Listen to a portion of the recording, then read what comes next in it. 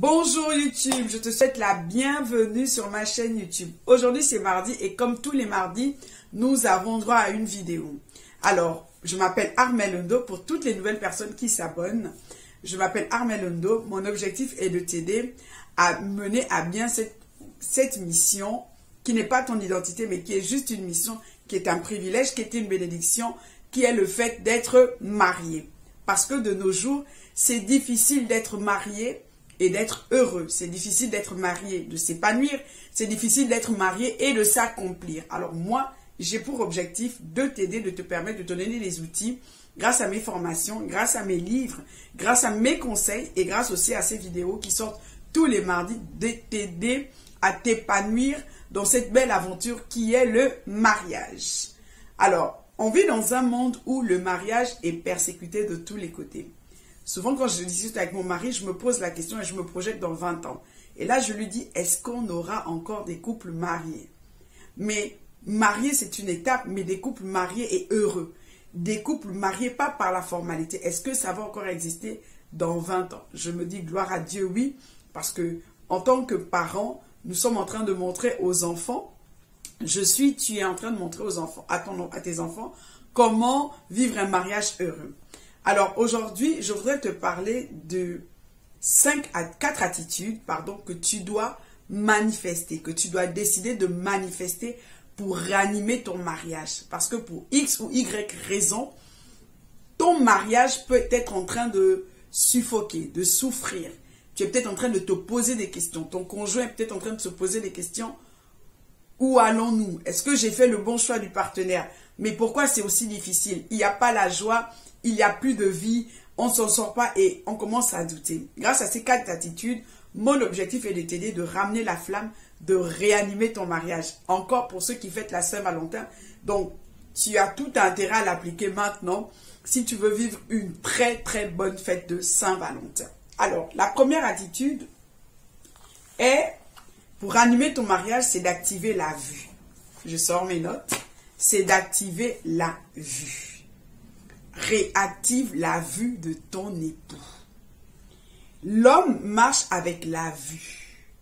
L'homme marche avec ce qui frappe à l'œil. Dans le premier mariage de l'univers, de la terre entière, Adam a choisi Ève par la vue, pas par la parole. Le premier homme sur la terre a choisi sa femme par la vue. Il a dit, voici cette fois-ci. Il l'a vue et il a fait toutes les déclarations possibles, rien que par la vue. On ne nous a pas dit que, oh, ils se sont assis, ils ont discuté, tu viens d'où, quelles sont tes ambitions, quelles sont tes aspirations. Non, juste la vue, Adam a été conquis.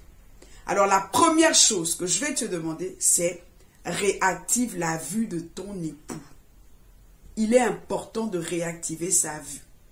Je ne sais pas qu'est-ce qui a fait en sorte qu'il s'interpelle.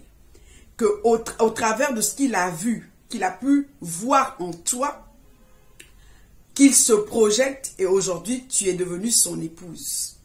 Il faut réactiver la vue.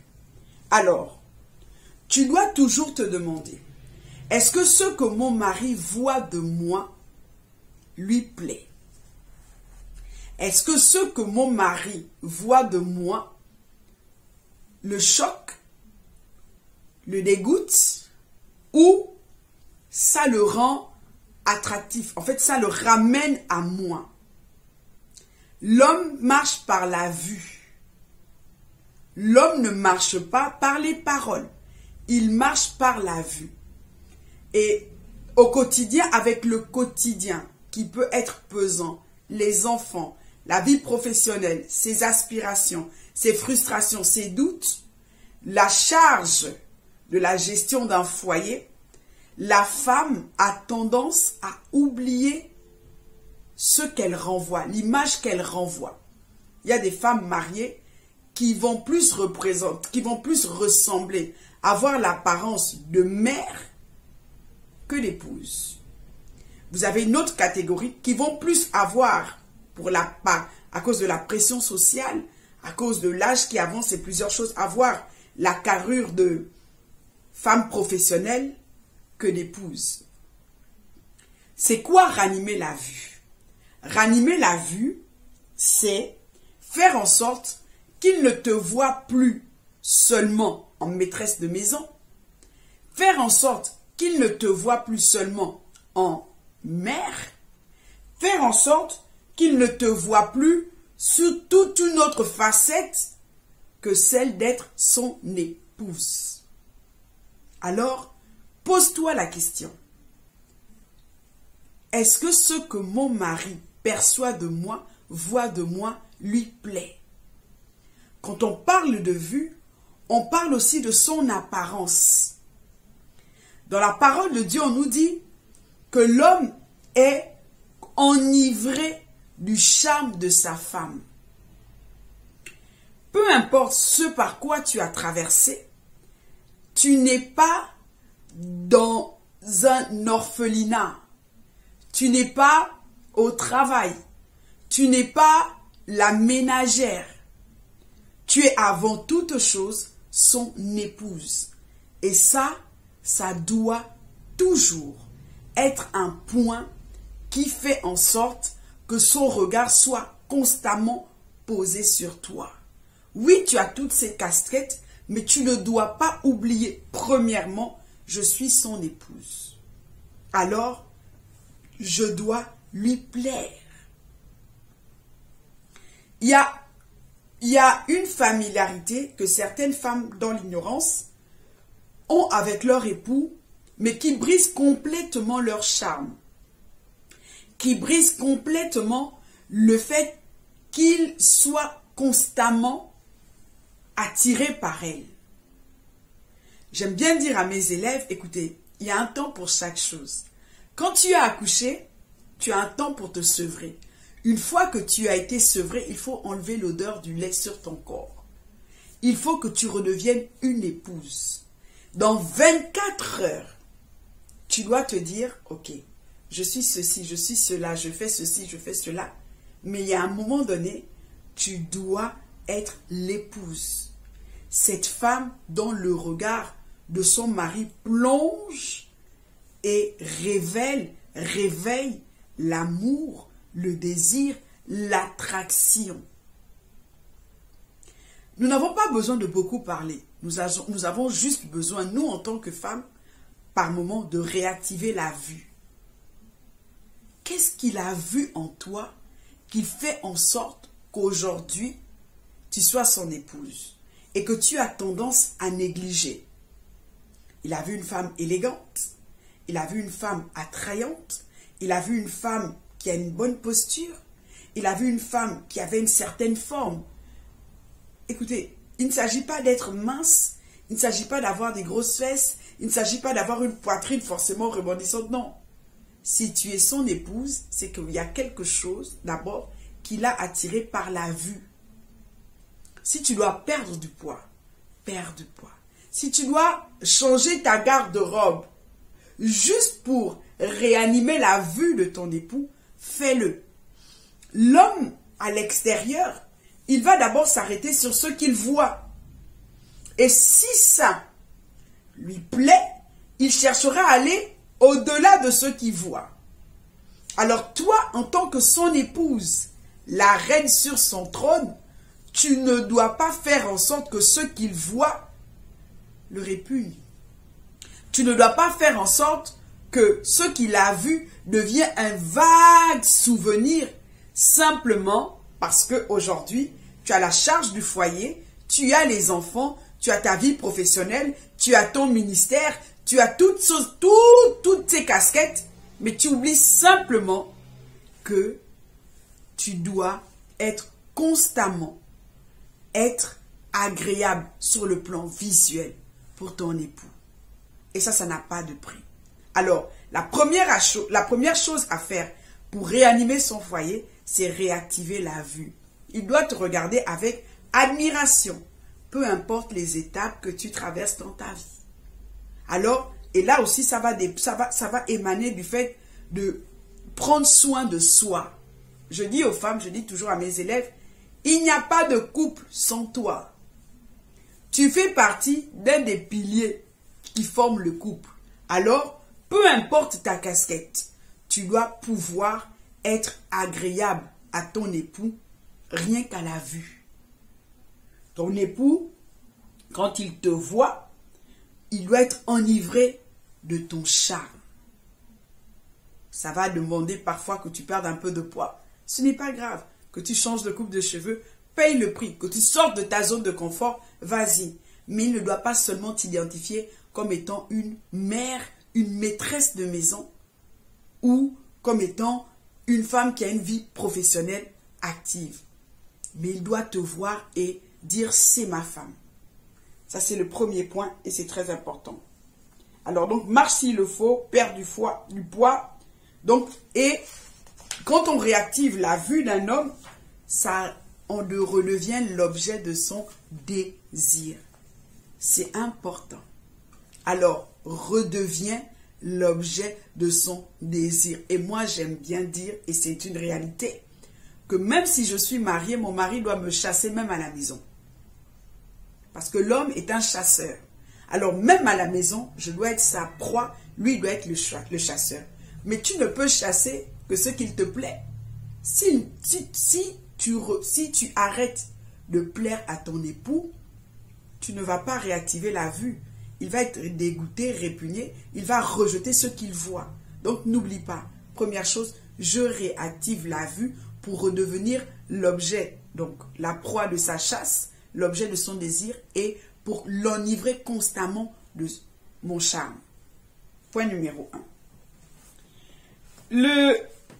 Et donc n'oublie pas, il est d'abord attiré par ce qu'il voit. Donc ton mari doit être constamment attiré par ce qu'il voit en toi. Pas par tes aptitudes, mais par le fait, oh ça c'est mon épouse. Ça c'est mon épouse. Il doit toujours, tu vois ce que je veux dire. Le deuxième point, pour ranimer son mariage, c'est touche-le. Touche-le. C'est très important. Écoutez, ce n'est pas ton frère, ce n'est pas ton collègue, c'est encore moins un ami, une connaissance, c'est ton époux. Peu de femmes mariées marquent leur présence. Un homme a besoin d'être touché. Peu importe, quand on est dans le foyer, il n'y a pas de « je ne suis pas ». On apprend à l'être. Écoutez, maintenir un foyer heureux, avoir un mariage en bonne santé, va demander que vous preniez un peu sur vous et que vous développez certains traits de caractère, certaines aptitudes que vous n'avez même pas imaginées. Je dis souvent aux personnes que je prépare pour le mariage en disant, quand j'entends, mais elle sait que je suis comme ça. Le mariage a des besoins qui n'ont pas besoin de savoir si tu sais ou tu ne sais pas. Le mariage, c'est aller travailler. Et trop de femmes ne marquent pas leur présence. Écoutez, vous devez toucher votre époux. Touche-le. Et on ne le touche pas seulement sur le lit. On ne le touche pas seulement parce qu'on désire telle ou telle chose. Ça doit être une action quotidienne. Comment tu vas? On lui fait des bisous. On l'attrape par ici. On l'attrape par là. C'est important de toucher. Toucher va faire déjà la différence, va marquer votre territoire. Toucher va aussi marquer votre présence. J'espère que tu vas bien. Apprenez à toucher vos époux. Ne les touchez pas forcément sur les parties intimes, mais touchez-les. Vous êtes dans la voiture, pendant qu'il conduit, mettez la main sur sa cuisse. Pressez un peu. Regardez-le et dites-lui, je t'aime. Touchez vos époux. Une fois qu'on est marié, il n'y a pas de je suis timide. Non, il n'y a pas de ça. Touchez votre époux. Marquez votre présence. Il ne doit pas se dire, c'est ma sœur. Il ne doit pas se demander qui est là. Rien que par votre toucher. Il sait que vous êtes sa femme. Et c'est comme ça on marque son territoire. Il y a des couples qui ne se touchent pas. Il y a des couples qui, oh, moi je ne suis pas tactile. Non, non, non. Le mariage demande à ce que tu sois tactile. Touche-le. Touche-le. Parfume-toi un peu. Et un parfum quand il rentre le soir. Pouf, pouf. Une fois que tu t'es parfumé, ensuite tu le touches, tu frôles. Touche-le avec ta bouche. Va le sentir, sens-le. Tu sens bon, j'aime ton odeur. Touche-le. Il est en train de faire quelque chose. Je ne sais pas, même s'il fait les devoirs avec les enfants. Mets ta main sur son épaule. Tu presses un peu. Tu marques ta présence. C'est pas, il est à l'autre bout de la pièce, tu es à l'autre bout de la pièce. Non.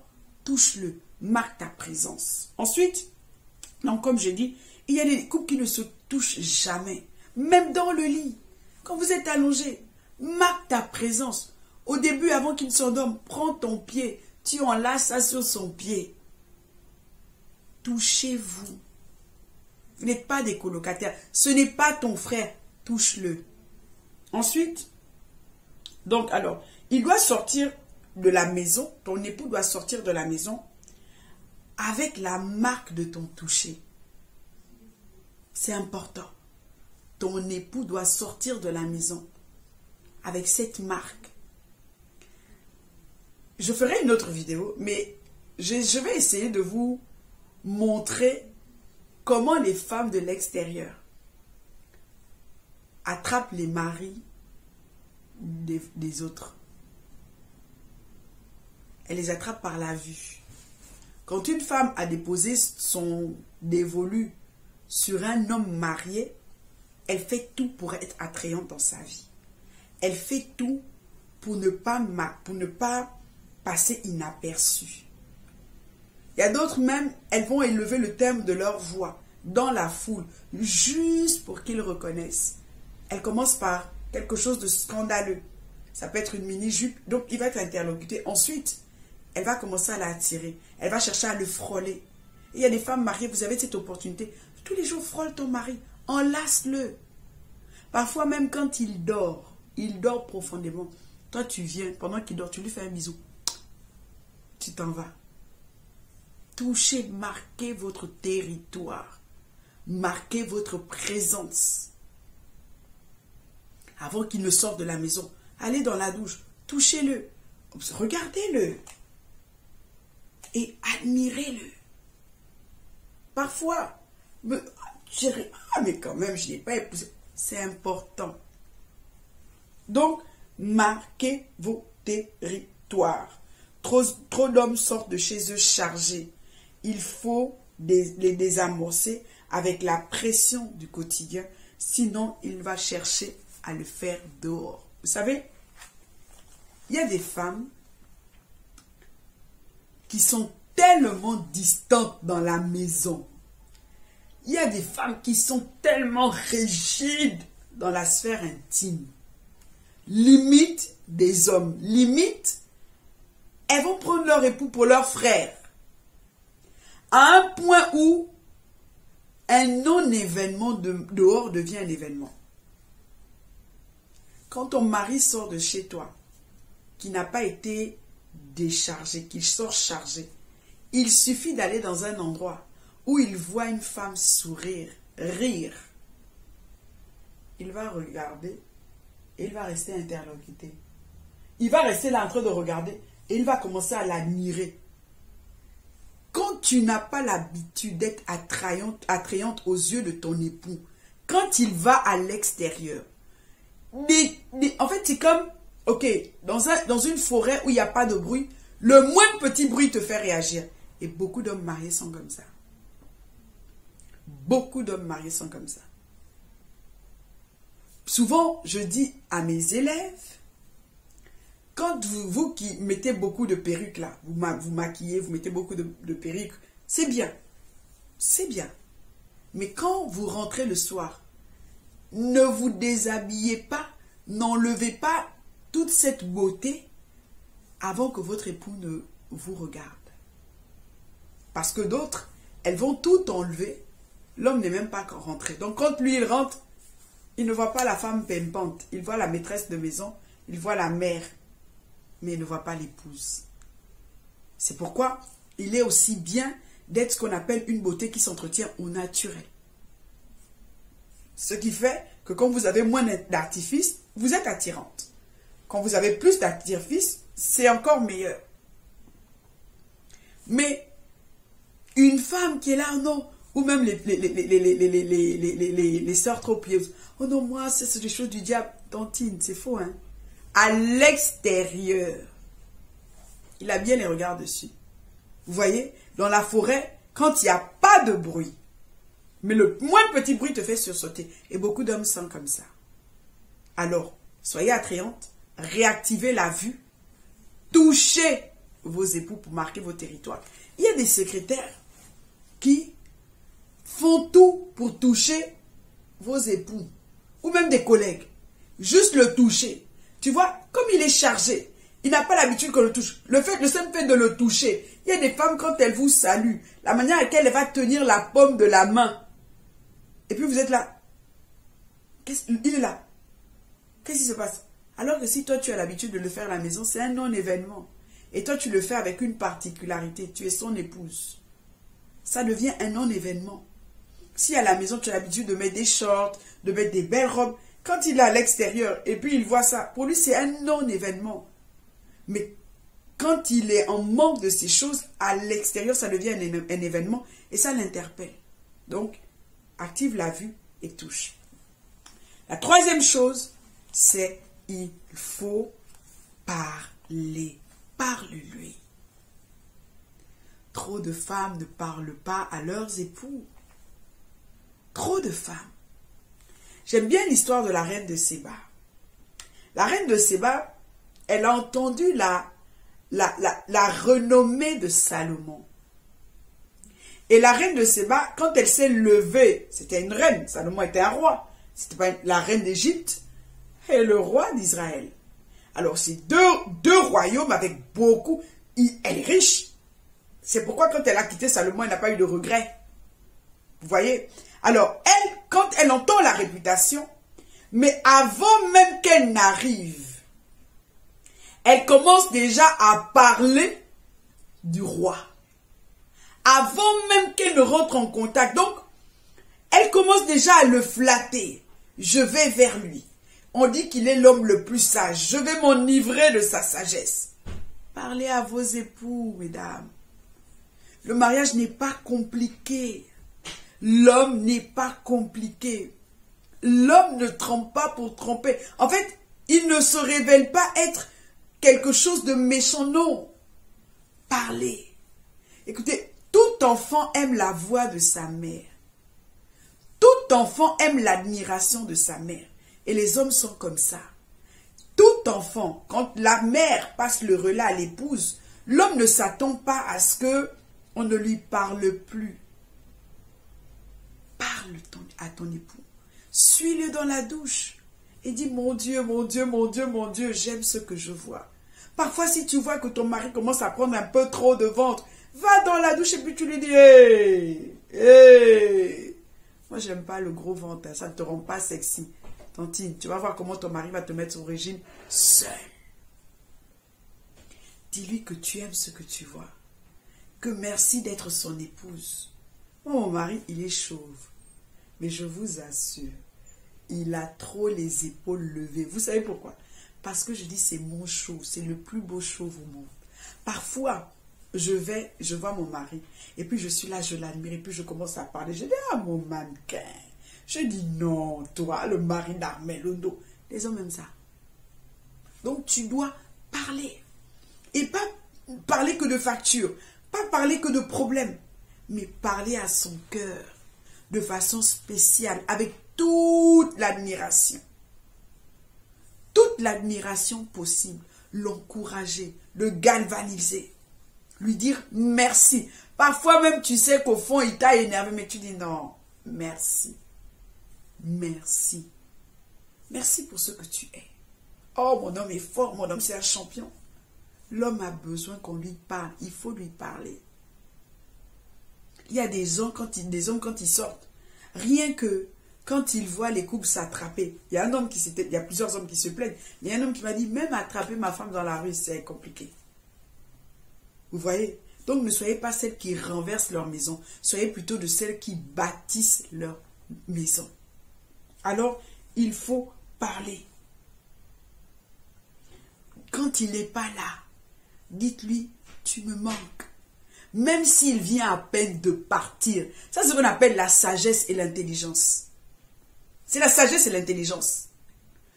Trop d'hommes partent de chez eux et ils ne savent même pas si en fait je lui manque. Et même si je suis attendu, même s'il vient à peine de partir, tu comptes 30 minutes. Ça, c'est la sagesse. N'attendez pas que Dieu vienne vous dire ce genre de choses. C'est la sagesse. C'est la sagesse. C'est juste des attitudes de sagesse et d'intelligence. Et d'intelligence. Tout flatteur vit aux dépens de celui qui l'écoute. Tu connais pas ça? Flatte-le. Chérie, tu me manques. Même si tu sais que quand il est parti là, tu dis, ah, je vais un peu respirer. Mais pratique l'intelligence émotionnelle. Flatte-le. Tu me manques. Il y a d'autres femmes, quand tu sais que ton mari aime trop le dehors, au lieu de l'agresser, tu es où? Tu viens quand? Non. Use de sagesse. La Bible dit que des paroles douces sortent de sa bouche. Chérie, tu me manques. J'avais prévu faire ça avec toi ce soir. Le repas est prêt. Je me rappelle une fois, je me suis occupée d'un couple. L'homme était devenu tellement méfiant du comportement bipolaire de sa femme. Quand il est venu me voir, je lui ai dit, ok, d'accord, j'ai compris. Mais est-ce que tu es prêt à payer le prix? Alors oui. Il me dit, oui, il n'y a pas de souci. Dis-moi ton tarif. Je lui ai donné mon tarif, qui n'est pas les moindres. Le monsieur a payé et sa femme est venue vers moi. Ah! J'ai dit à la femme, qu'est-ce qui se passe? Elle dit, oui, il ne me regarde pas, il reste toujours dehors, et bababa. On se connaît. J'ai dit à la femme, ok, mais d'après toi, pourquoi il reste toujours dehors? Oh, il aime trop ses amis. Je lui ai dit, est-ce que tu as déjà essayé, par exemple, d'inviter ses amis à la maison? Ah non, c'est trop de boulot. J'ai dit, tu ne peux pas avoir tout et son contraire. Ensuite, je lui ai dit, comment tu parles à ton mari? Ah non, moi, je lui ai dit, non, c'est pas comme ça. Il faut être intelligence et user de sagesse. Ton mari, quand il s'en va de la maison, dis-lui, tu me manques. Crée des rendez-vous. Crée des rendez-vous. Crée des rendez-vous. Et quand il rentre à la maison, aie une certaine posture. Ne l'attends pas avec les problèmes. Moi, quand on reçoit plusieurs courriers, et ça je lui dis, c'est pas tous les jours mon mari va ouvrir les courriers. C'est pas non. Il y a un temps pour chaque chose. Alors, est-ce que tu es d'abord une bonne compagnie pour lui? Quand tu es là, quand vous êtes ensemble, que lui dis-tu? Trop d'hommes vont se divertir dehors parce qu'il y a trop de pression dans les foyers. Que lui dis-tu? Ah oui, mais ça doit être fait. Je dis, mais écoute, même si toi, tu es là en tant qu'être humain, si tu es avec quelqu'un qui passe le temps à te faire des reproches, à un moment donné, tu vas te dire, mais il n'y a rien de bon en moi. Et tu vas commencer à errer. Et trop de femmes mariées le font. Vous poussez vos maris à errer. Comme David errait. Il ne faisait rien. Et pourtant, il avait 400 femmes. Mais aucune n'avait su parler à son cœur. Aucune. Donc, parlez à vos époux. Flattez-les. Tout flatteur vit aux dépens de ceux qui l'écoutent. Flatte-le. Tellement tu lui parles, mais tu lui dis des bonnes choses. Et donc, au début du processus, quand la femme a commencé à lui parler avec sagesse et intelligence, il avait maintenant peur. Il dit, et il m'envoie des messages. Aujourd'hui, elle est gentille. Mais ça va durer combien de temps? Parce que souvent, elle était gentille sous condition. Ça va durer combien de temps? Et moi, je disais, t'inquiète, elle a compris. C'est éternel. Et aujourd'hui, ce couple est heureux. Ce mari, quand il me voit ou quand il entend parler de moi, il me recommande à tout le monde. Simplement pourquoi? La femme a développé la sagesse et l'intelligence émotionnelle. Juste ces deux choses. Et c'est à partir de ce moment que tu peux positivement influencer ton époux. Donc, apprends à lui parler. Parfois, même quand il est un peu fâché, même si ça te blesse dans ton ego, dis, tu as raison. Je vais plus recommencer. C'est de l'intelligence. La Bible dit, il y a beaucoup de richesses dans la maison d'une femme intelligente. Sois intelligente dans tes paroles. Même quand tu veux lui faire un petit reproche, fais-le de façon glamour. Ah, mais tu sais que moi, je n'aime pas ça. Quand tu fais ça, ça baisse ma libido. Quand tu dis libido, ah, les hommes, ils vont... Ah oui, oui, oui, oui, oui. Parle doucement, j'aime pas quand tu cries. Au début, il va peut-être être sur ses gardes, mais après, il va se désamorcer. Souvenez-vous, Samson, c'est juste parce que Dalila a usé d'intelligence émotionnelle. Elle ne lui parlait pas quand il était au combat, quand il était non. Elle lui parlait seulement quand il était dans un état reposé. Et c'est comme ça, Samson a livré le secret de sa force. Si tu es intelligent, tu comprends déjà la clé que je viens de te donner. Donc, fais très attention. Parle-lui. Parle-lui. Et n'oublie pas, tu es sa reine, il est le roi. Comme Esther, ô mon roi. Et lui va te dire, parle ma reine. Toujours dans le respect, toujours dans la crainte de Dieu, toujours dans la classe. J'aime ce que je suis en train de t'apporter. Voilà. Donc, n'oublie pas. Et toujours lui dire, je t'aime. Sois reconnaissante. Écoute, reconnaissante. Qu'il t'ait épousé, d'être avec lui. Oui, tu vas me dire, mais oui, mais moi aussi, tu es une perle, tu as un grand prix, tu as un don de Dieu pour lui. Alors, va dans ce sens. Parle-lui. Ensuite, 4e point, sois un bon parfum pour lui. Sois un bon parfum pour lui. La vie est dure et celle des hommes est rude. Une femme se cache facilement sous le nom d'un homme. Il y a des femmes. Pourquoi vous n'avez pas fait telle chose? C'est mon mari. Pourquoi vous n'avez pas fait telle chose? C'est mon mari. Pourquoi telle chose? C'est mon mari. C'est mon mari. Et c'est légitime. C'est comme ça s'est passé depuis le premier couple de l'univers.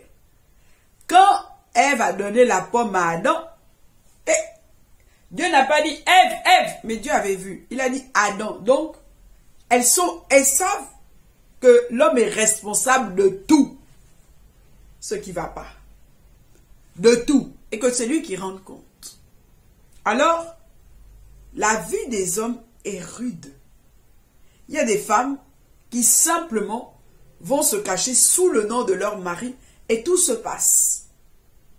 Ils construisent, ils investissent, ils font tout. Elles sont juste cachées sous le nom. C'est pourquoi, de façon erronée, 95% des femmes cherchent que des hommes nantis, ayant une situation. Il n'y a plus le genre de femmes où on commence ensemble, on chute. Non, maintenant on cherche seulement un homme nanti. Pourquoi? Parce qu'on veut se cacher derrière le nom. C'est ça. Mais ce n'est pas le sujet d'aujourd'hui. Donc, décide d'être un bon parfum pour lui. Le parfum donne l'ambiance à la pièce, l'atmosphère. Décide. Nous connaissons tous les odeurs des toilettes ou des faux septiques, des égouts. Quand il y a une mauvaise odeur, nous connaissons le reflet sur nous. Rien qu'une mauvaise odeur nous met mal à l'aise. Et il y a des femmes, par leur attitude, ce sont des mauvaises odeurs. Ça veut dire que dès qu'ils rentrent dans la présence, ils s'irritent. Peu importe ce qui te motive à le faire, peu importe ce qui te pousse à le faire, ce qui t'influence à le faire, tu vas simplement tuer ton mariage. Le mariage est la base, le début de quelque chose. Ce n'est pas la chose, c'est le début de quelque chose. Il faut faire attention. Il faut décider d'être un bon parfum pour ton époux. C'est quoi être un bon parfum? Premièrement, décide d'être la femme qui lui apporte le sourire.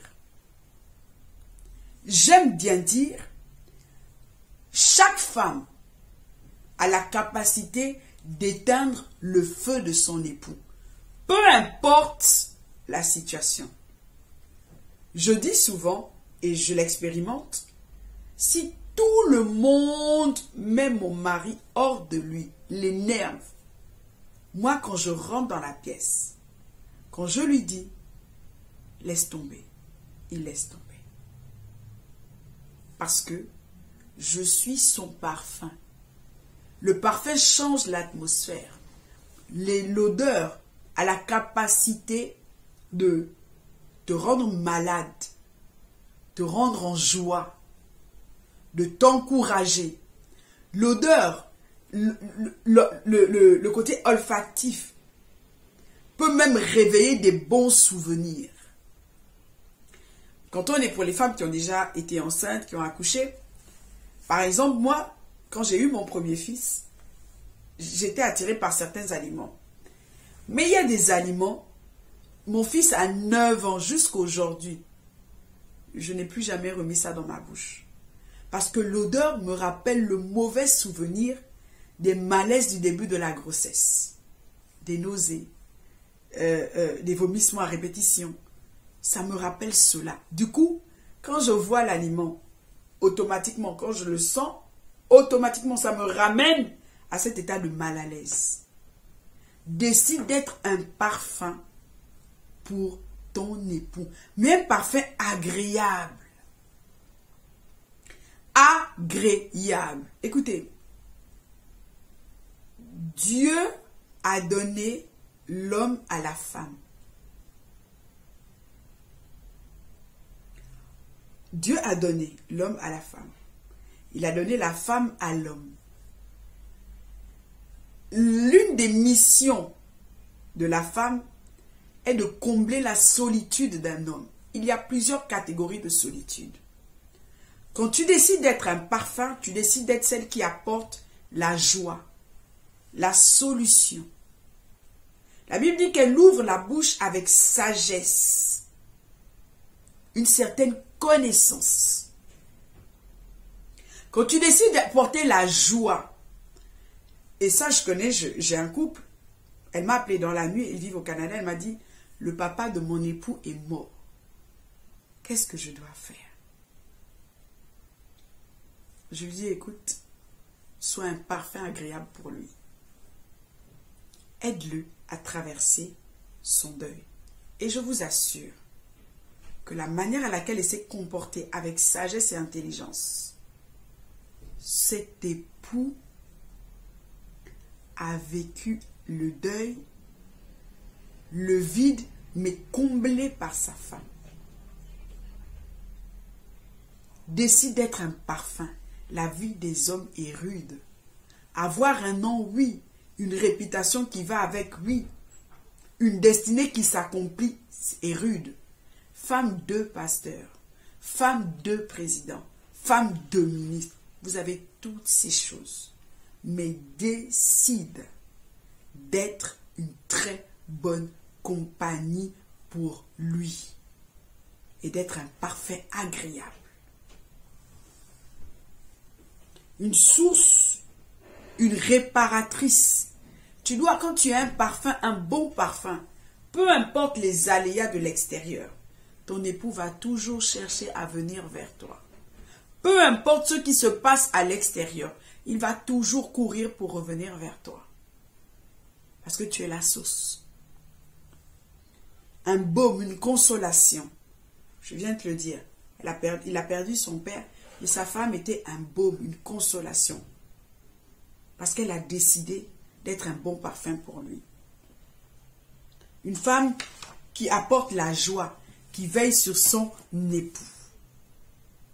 Alors, que Dieu te bénisse. Cette vidéo fait 39 minutes. Je te souhaite beaucoup de courage pour la suivre. Mais je crois qu'elle est pleine de sagesse par la grâce de Dieu. Elle est dotée de beaucoup de petits secrets que tu peux appliquer pour réanimer ton couple. Alors, n'hésite pas à partager, n'hésite pas à la liker, n'hésite pas à laisser un commentaire. Mais n'hésite pas à faire du bruit avec cette vidéo autour de toi. Que Dieu te bénisse et à la prochaine!